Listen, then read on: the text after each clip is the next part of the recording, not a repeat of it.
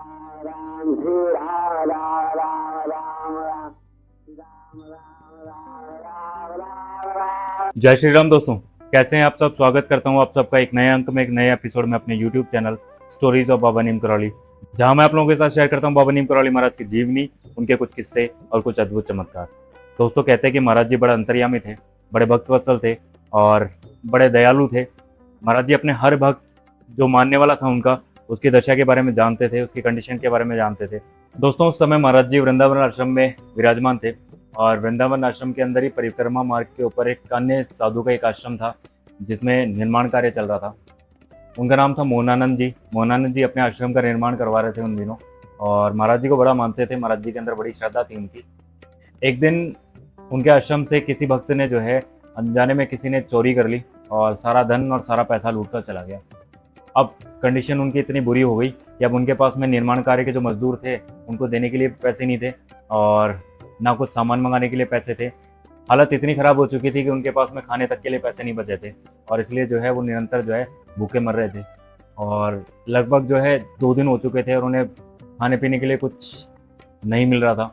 और ये सब जो है महाराज जी को पता चल चुका था और महाराज जी तभी जो है तुरंत उनके पास में पहुँचे और उनके पास में पहुँच जाकर उनसे पूछा कि क्या हुआ, पैसा चोरी हो गया। इस पर मोहनानंद जी ने जो है शर्म से थोड़ा सा लज्जित होते हुए कहा कि जी महाराज जी, निर्माण कार्य चल रहा था और लापरवाही के अंदर जो है मैंने ही सामान इधर उधर रख दिया बाहर और पता नहीं किसने जो है सारा पैसा, सारा जो चीज़ें थी वो चोरी कर ली और अब मेरे पास में कुछ भी नहीं बचा है। ना तो मैं जो दिहाड़ी मजदूर हैं उनको वेतन दे पा रहा हूँ और ना मेरे पास में अब कुछ खाने के लिए पैसा बचा हुआ है। इस पर महाराज जी ने जो है तुरंत अपना कंबल उठाया और अपने कंबल के पीछे से जो है पूरी और आलू की सब्जी निकाल कर जो है उस साधु को खिलवाई।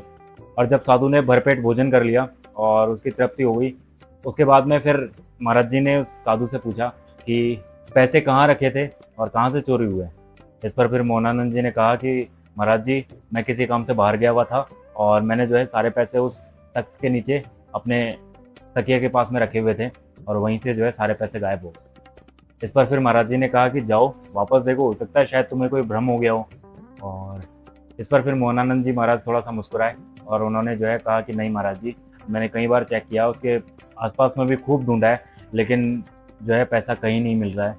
और किसी दूसरे भक्त ने उस व्यक्ति को पैसा चोरी करके भागते हुए भी देखा है और इसीलिए मैं निश्चित हूँ कि पैसा जो है चोरी हो चुका है। इस पर महाराज जी फिर वापस बोले कि नहीं, जाओ एक काम करो, तुम जाकर देखो वापस, हो सकता है तुम्हें कोई अवश्य कोई भ्रम हुआ है, पैसा वही रखा हुआ है। फिर मोहनानंद जी महाराज जो है वहाँ गए। उन्होंने जैसे ही अपने तकिए को उठाकर देखा तो उसके नीचे जो है बहुत सारे पैसे रखे हुए थे और तब महाराज जी मुस्कुराए और महाराज जी ने कहा, क्यों, क्या हुआ, पैसा तो वहीं रखा हुआ है, तुम तो ज़बरदस्ती परेशान हो रहे हो। और इस पर मोहनानंद जी महाराज सब कुछ समझ गए और महाराज जी की दया और महाराज जी की कृपा पर जो है बहुत ज़्यादा प्रसन्न हुए और महाराज जी के प्रति और ज़्यादा आस्थावान हो गए।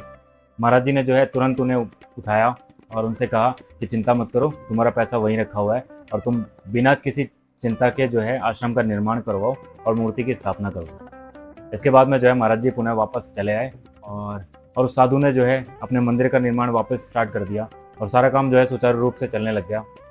हालांकि मोहनानंद जो महाराज थे वो समझ चुके थे कि महाराज जी की लीला है, महाराज जी की ही कृपा है और इसीलिए जो है महाराज जी के चरणों में जाकर गिरे थे, क्योंकि उन्हें लगा था कि जो रुपया उन्हें अब तकिए के नीचे मिला है वो पहले वाले रुपयों से ज़्यादा है और इतना ज़्यादा पैसा उस तकिए के नीचे नहीं रखा हुआ था पहले।